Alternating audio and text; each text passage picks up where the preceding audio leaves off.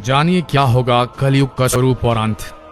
महर्षि व्यास जी के अनुसार सतयुग, त्रेता युग, द्वापर युग, कलयुग ये 4 युग हैं जो देवताओं के 12,000 दिव्य वर्षों के बराबर होते हैं। समस्त चतुर्युग एक से ही होते हैं।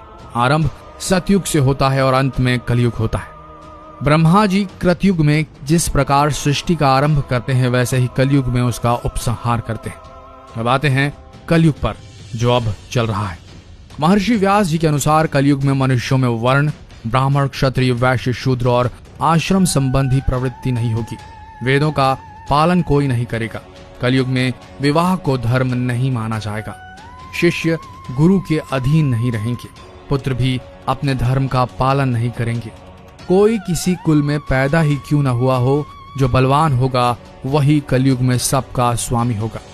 सभी वर्णों के लोग कन्या बेचकर निर्वाह करेंगे। कलयुग में जो भी किसी का वचन होगा वही शास्त्र माना जाएगा। सभी अपनी अपनी रुचि के अनुसार अनुष्ठान करके उसमें उपवास, परिश्रम और धन का व्यय करना धर्म कहा जाएगा। कलयुग में थोड़े से धन से मनुष्यों में बड़ा घमंड होगा। स्त्रियों को अपने केशों पर ही रूपवती होने का गर्व होगा। स्वर्ण, मणि और रत्न तथा वस्त्रों के नष्ट हो जाने पर स्त्रियों केशों से ही श्रृंगार करेंगी अपने। कलयुग में स्त्रियां धनहीन पति को त्याग देंगी। उस समय धनवान पुरुष ही स्त्रियों का स्वामी होगा। जो अधिक देगा उसे ही मनुष्य अपना स्वामी मानेंगे। उस समय लोग प्रभुता के ही कारण संबंध रखेंगे। द्रव्य राशि घर बनाने में ही समाप्त हो जाएगी। इससे दान पुण्य के काम नहीं होंगे और बुद्धि धन के संग्रह में ही लगी रहेगी। सारा धन उपभोग में ही समाप्त हो जाएगा। उससे धर्म कर्म के काम नहीं हो पाएंगे। कलयुग की स्त्रियां अपनी इच्छा के अनुसार आचरण करेंगी। हाव भाव विलास में ही उनका मन लगा रहेगा। अन्याय से धन पैदा करने वाले पुरुषों में उनकी आसक्ति होगी। लोग एक एक पैसे के लिए दूसरों का बुरा करने से भी नहीं कतराएंगे। कलयुग में सब लोग सदा सबके लिए समानता का दावा करेंगे। गायों का के प्रति गौरव तब तक ही रहेगा जब तक वे दूध देती रहेंगी, उसके बाद नहीं। कलयुग की प्रजा बाढ़ और सूखे के भय से व्याकुल रहेगी। सबके नेत्र आकाश की ओर लगे रहेंगे। वर्षा न होने से मनुष्य तपस्वी लोगों की तरह फल, मूल व पत्ते खाकर और कितने ही आत्मघात कर लेंगे, यानी कि खुद मर जाएंगे, सुसाइड कर लेंगे। कलयुग में सदा अकाल ही पड़ता रहेगा। सब लोग हमेशा किसी न किसी कलेशों से घिरे रहेंगे। किसी किसी को थोड़ा सुख भी मिल जाएगा। सब लोग बिना स्नान करे ही भोजन करेंगे। देव पूजा, अतिथि सत्कार, श्राद्ध और तर्पण की क्रिया कोई नहीं करेगा। कलयुग की स्त्रियां लोभी, नाटी, अधिक खाने वाली और मंद भाग्य वाली होंगी। गुरुजनों और पति की आज्ञा का पालन नहीं करेंगी तथा पर्दे के भीतर भी नहीं रहेंगी। अपना ही पेट पालेंगी, क्रोध में भरी रहेंगी। देह शुद्धि की ओर ध्यान नहीं देंगी तथा असत्य और कटु वचन बोलेंगी। इतना ही नहीं, वे दुराचारी पुरुषों से मिलने की अभिलाषा करेंगी। ब्रह्मचारी लोग वेदों में कहे गए व्रत का पालन किए बिना ही वेदाध्यापन करेंगे। गृहस्थ पुरुष ना तो हवन करेंगे, ना ही सत्पात्र को उचित दान करेंगे। वनों में रहने वाले वन के कंद मूल आदि से निर्वाह न करके ग्रामीण आहार का संग्रह करेंगे और सन्यासी भी मित्र आदि के स्नेह बंधन में बंधे रहेंगे। कलयुग आने पर राजा प्रजा की रक्षा न करके बल्कि कर के बहाने प्रजा के ही धन का अपहरण करेंगे। अधम मनुष्य संस्कारहीन होते हुए भी पाखंड का सहारा लेकर लोगों को ठगने का काम करेंगे। उस समय पाखंड की अधिकता और अधर्म की वृद्धि होने से लोगों की आयु कम होती चली जाएगी। उस समय 5, 6 अथवा 7 वर्ष की स्त्री और 8, 9 या 10 वर्ष के पुरुष से ही संतानें होने लगेंगी। घोर कलयुग आने पर मनुष्य 20 वर्ष तक भी जीवित नहीं रहेंगे। उस समय लोग मंद बुद्धि, व्यर्थ के चिन्ह धारण करने वाले व बुरी सोच वाले होंगे। अतः जब जब इस जगत में पाखंड वृत्ति दिखने लगे, साधु पुरुषों की हानि होने लगे, जब धर्मात्मा मनुष्यों के आरंभ किए हुए काम शिथिल पड़ जाएं, जब जब यज्ञों के अधीश्वर भगवान विष्णु का लोग यज्ञों द्वारा यजन न करें, जब वेदवाद को छोड़कर पाखंड में अनुराग बढ़ता जाए, तब तब कलयुग की वृद्धि का अनुमान करना चाहिए। उस समय पाखंड से प्रभावित मनुष्य देवताओं से क्या लेना है, ऐसा कहेंगे। कलयुग में प्रायः लोग घुटनों तक वस्त्र पहनेंगे। चारों वर्णों ब्राह्मण, क्षत्रिय, वैश्य, शूद्र के लोग शूद्रवत हो जाएंगे। कलयुग में लोग सास ससुर को ही लोग गुरुजन समझेंगे। उस समय सुंदर पत्नी और साले आदि ही सच्चे हितैषी समझे जाएंगे। लोग अपने ससुर की अनुगामी होकर कहेंगे कि कौन किसकी किसकी माता और कौन किसका पिता। सब अपने कर्मों के अनुसार ही जन्म लेते हैं और मरते हैं। उस समय थोड़ी बुद्धि वाले मनुष्य मन वाणी और शरीर से प्रतिदिन बारंबार पाप करेंगे। उस समय कोई सच्चा ब्राह्मण कोई विरला ही होगा। कलयुग में समय चोर राजा जैसा बर्ताव करेंगे और राजा चोरों का सा बर्ताव करेंगे। सबको धन की ही अभिलाषा होगी। स्त्रियां 16 वर्ष की आयु के पहले ही मां बन जाएंगी। स्त्रियां धन लेकर पराये पुरुषों से समागम करेंगी। शूद्र तो वक्ता होंगे और ब्राह्मण चंडाल हो जाएंगे। गांवों की संख्या घटेगी और साधुओं के स्वभाव में भी परिवर्तन होने लगेगा। कोई धर्म का पालन नहीं करेगा। भूमि बंजर होने लगेगी। पुत्र पिता के धन को उनकी आज्ञा के बिना ही हड़प लेने की चेष्टा करेंगे और इसी कारण से एक दूसरे के विरोधी बने रहेंगे। जो शील और सदाचार से भ्रष्ट है ऐसे लोग सुखी रहेंगे। युगांत काल में परलोक संदेह का विषय बन जाएगा। कोई किसी से बंधु बांधव का नाता नहीं रखेगा। लोग ऋण चुकाए बिना ही हड़प लेंगे तथा जिसका शास्त्र में कहीं विधान नहीं है ऐसे यज्ञों का अनुष्ठान होगा। मनुष्य अपने को ही पंडित समझेंगे और बिना प्रमाण के ही सब कार्य करेंगे। तारों की ज्योति फीकी पड़ जाएगी। 10 दिशाएं विपरीत होंगी।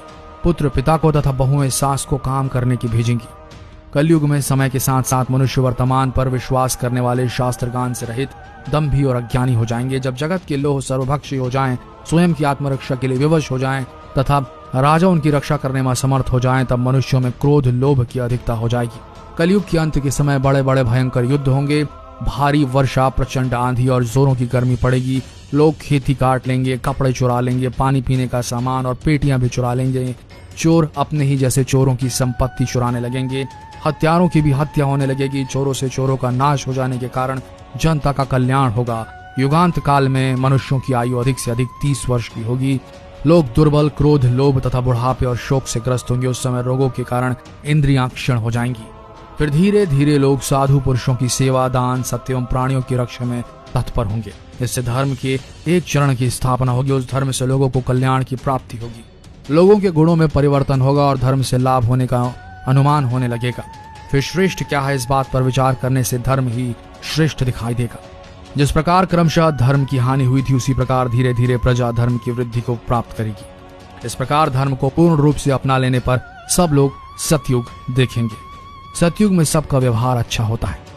धर्म, अर्थ, काम और मोक्ष के साधन, देवताओं की प्रतिक्रिया, पुण्य एवं शुभ आशीर्वाद तथा आयु ये प्रत्येक युग में अलग अलग होते हैं। युगों के परिवर्तन भी चिरकाल से चलते रहते हैं। उत्पत्ति और संहत के नित्य परिवर्तनशील यह संसार कभी क्षण भर के लिए भी स्थिर नहीं रह सकता।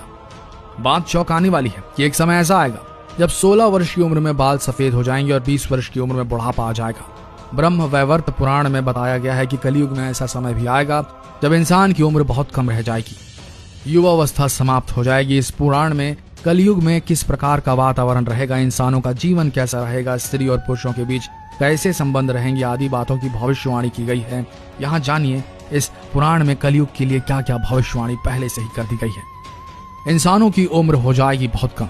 कलयुग में इंसानों की उम्र बहुत कम हो जाएगी। स्त्री और पुरुष दोनों ही रोगी और थोड़ी उम्र वाले हो जाएंगे। 16 वर्ष की आयु में ही लोगों के बाल पक जाएंगे और 20 वर्ष की आयु में ही वृद्ध हो जाएंगे।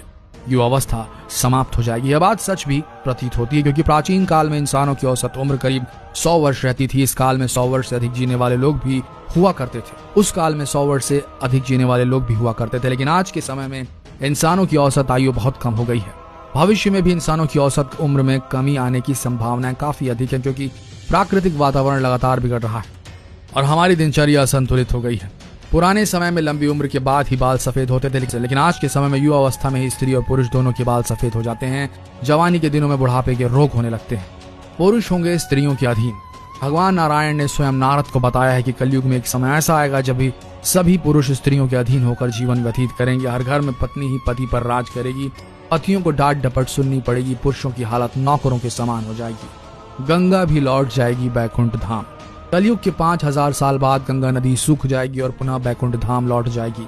जब कलयुग के 10,000 वर्ष हो जाएंगे तब सभी देवी देवता पृथ्वी छोड़कर अपने धाम लौट जाएंगे। इंसान पूजन, कर्म, व्रत, उपवास और सभी धार्मिक काम करना बंद कर देंगे। अन्न और फल नहीं मिलेंगे। एक समय ऐसा आएगा जब जमीन से अन्न उपजना बंद हो जाएगा, पेड़ों पर फल नहीं लगेंगे। धीरे धीरे ये सारी चीजें विलुप्त हो जाएंगी। गाय दूध देना बंद कर देंगी। समाज हिंसक हो जाएगा। कलयुग में समाज हिंसक हो जाएगा। जो लोग बलवान होंगे उनका ही राज चलेगा। मानवता नष्ट हो जाएगी और रिश्ते खत्म हो जाएंगे। एक भाई दूसरे भाई का ही शत्रु हो जाएगा। लोग देखने, सुनने और पढ़ने लगेंगे अनैतिक चीजें। कलयुग में लोग शास्त्रों से विमुख हो जाएंगे। अनैतिक साहित्य ही लोगों की पसंद हो जाएगा। बुरी बातें, बुरे शब्दों का ही व्यवहार किया जाएगा। स्त्री और पुरुष दोनों ही हो जाएंगे अधर्मी। कलयुग में ऐसा समय आएगा जब स्त्री और पुरुष दोनों ही अधर्मी हो जाएंगे। स्त्रियां प्रतिवत धर्म का पालन करना बंद कर देंगी और पुरुष भी ऐसा ही करेंगे। स्त्री और पुरुषों से संबंधित सभी वैदिक नियम विलुप्त हो जाएंगे। चोर और अपराधियों की संख्या बहुत अधिक हो जाएगी। इस काल में चोर और अपराधियों की संख्या इतनी अधिक बढ़ जाएगी कि आम इंसान ठीक से जीवन जी नहीं पाएगा। लोग एक दूसरे के प्रति हिंसक हो जाएंगे और सभी के मन में पाप प्रवेश कर जाएगा। कल की अवतार करेगा अधर्मियों का विनाश। कलयुग के अंतिम काल में भगवान विष्णु का कल की अवतार होगा। यह अवतार विष्णु यशा नामक ब्राह्मण के घर जन्म लेगा। भगवान कल की बहुत ऊंचे घोड़े पर चढ़कर अपनी विशाल तलवार से सभी अधर्मियों का नाश करेंगे। भगवान कल की केवल 3 दिनों में पृथ्वी से समस्त अधर्मियों का नाश कर देंगे। ऐसे आएगी प्रलय। कलयुग में अंतिम समय में बहुत मोटी धारा से लगातार वर्षा होगी, जिससे चारों ओर पानी ही पानी हो जाएगा। समस्त पृथ्वी पर जल हो जाएगा और प्राणियों का अंत हो जाएगा। इसके बाद एक साथ 12 सूर्योदय होंगे और उनके तेज से पृथ्वी सूख जाएगी। तो दोस्तों, ये होगा कलयुग में। तैयार हो जाइए, क्योंकि ये वक्त पास आ चुका है। अगर आपको अब भी इन लक्षणों को देखकर 1% भी आपके मन में संशय है कि ये नहीं चल रहा है पृथ्वी का अंत, तो आप बहुत बड़ी गलत फहमी में जीवन बसर कर रहे हैं। अभी समझ जाइए, अभी भी वक्त है।